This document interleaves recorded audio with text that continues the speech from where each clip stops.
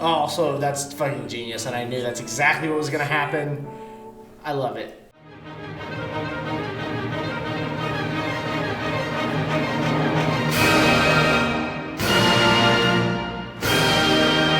So now you'll be reacting to the K-indie artist called Cacophony and 2 songs off her 2018 album called Harmony. Cacophony made this album with the thought of her mother who died after a long illness. So when her mother passed, she decided to begin her career as a singer again since she thinks she inherited her mother's artistic talent. So the very first release that you'll be reacting to is called Rosetta, which is written, composed, and arranged by Cacophony. All right, here we go. Oh, I thought it was a still, but it's a picture. Nice.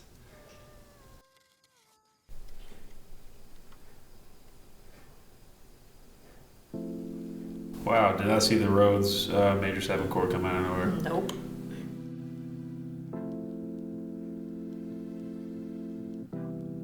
It just immediately captivates you. I love her voice. This is Oh, art. I love the bass. Whoa. A singular trumpet note. Yeah.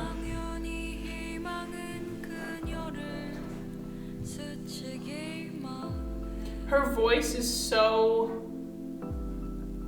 like, pure with, like, a slight rough edge to it, but, like, it's like a slight rasp to a very otherwise pure voice. Oh my gosh, that was awesome. That was pretty sweet, yeah.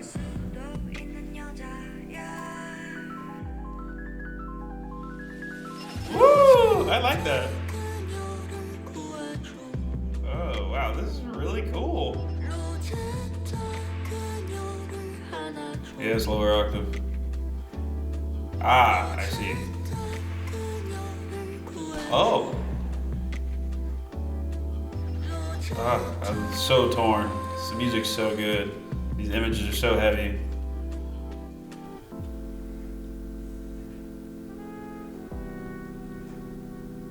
They keep having these interjections with other instruments that are not, they're not converging with the rhythm or the key at all.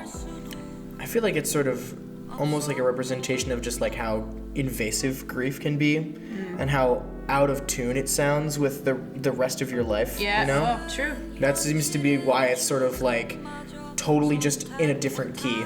Yeah.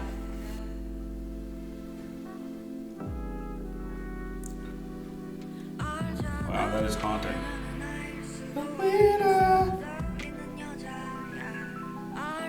Flugelhorn?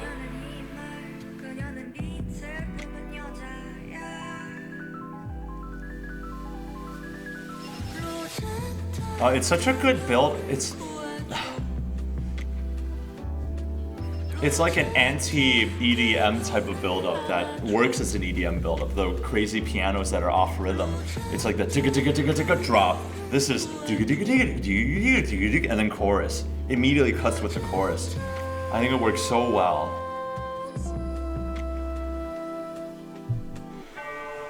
Oh, Hey! love that. Me too.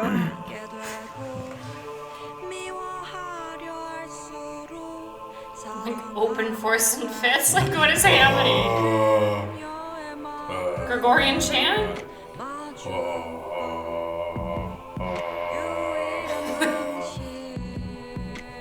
It feels really disjunct, to be honest, but it's really cool when it comes to a song like this.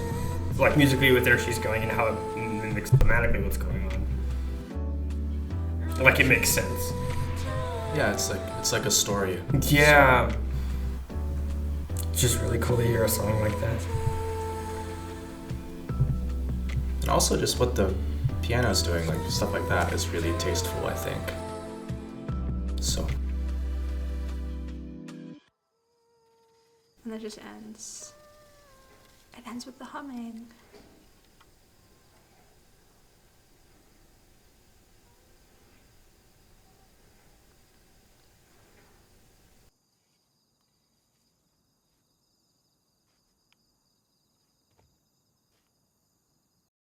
Wow. That was just like a horror movie that we just watched. What do you Actually, think? I think Go for it. horror can be a very good medium for understanding pain. That sort of like creepy, odd, ambiguous vibe, I think that could be a very good place to talk about things that make us uncomfortable and make us sad and make us feel like we're apart from the rest of the world. So I think that was an appropriate route to take to discuss the pain that the artist is feeling. Yeah, I would agree. There are times when the video serves the music, there are times when the music serves the video, and then there are times when they both serve an entirely different concept. And I feel like this was one of the last of those three options. And I definitely felt like if this was the soundtrack to this artist's grief, that was an extremely honest look at what they were going through. And I really appreciate that level of vulnerability.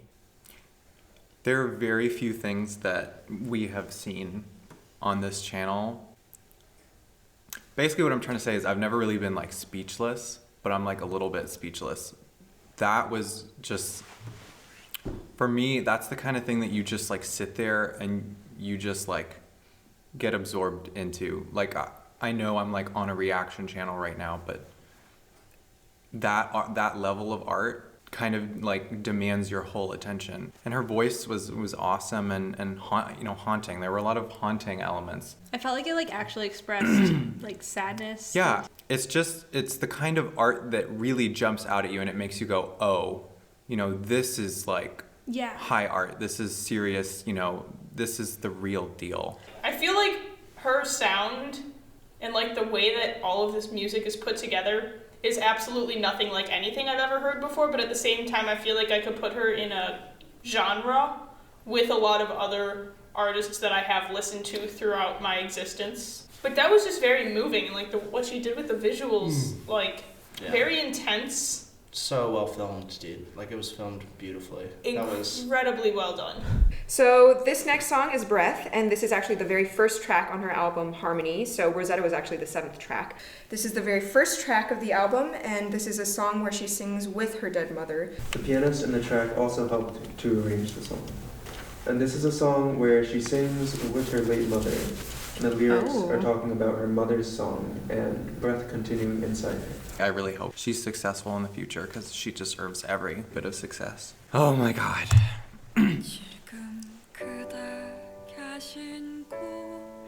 Is that her? Yes. Okay. She sounds really sad.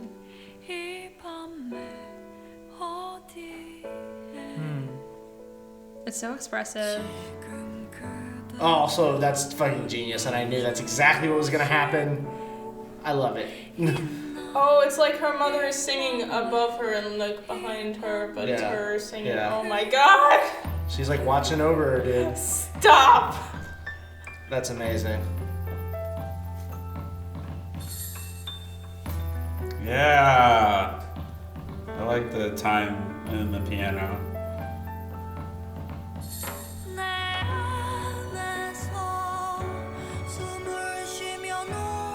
Ooh, yeah. Let's have that modal mixture.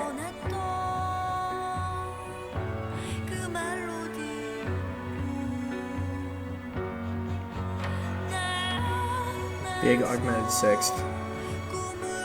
Yeah, she's got like a very like pure style, which I really appreciate. Yeah, it's interesting, like with the drum beat that I'm hearing, like, and how it's orchestrated on like a lower toms. I don't know. At least there, it reminds me of something military, so it's like almost like an anthem, Yeah, and then having the classical instrumentation, it makes a big difference. The duet becomes more intense. Every Cacophony's lines and her mother's lines are shorter. So like she sings shorter stuff and then the mom repeats quicker.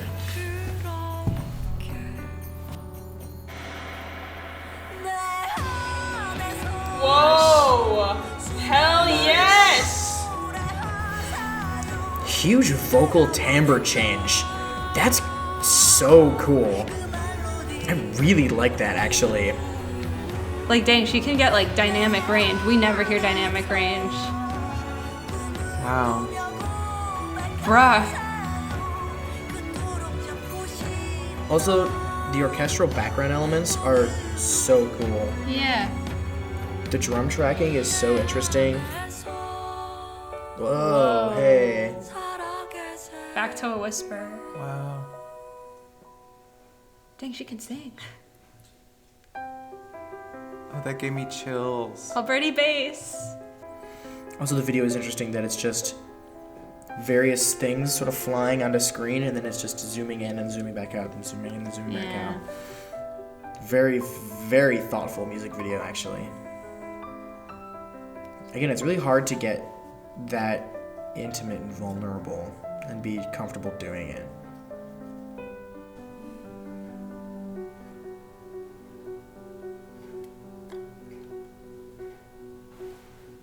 It's not gonna resolve. Nope, it's not.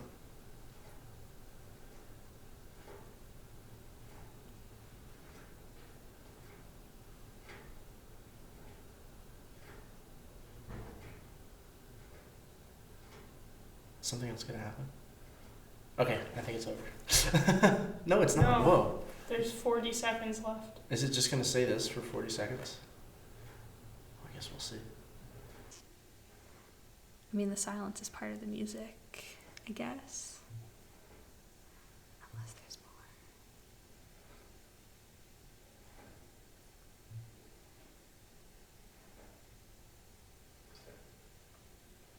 This is like a tour of music history, because we just went like Mozart with the Alberti bass, and now we're going straight to John Cage.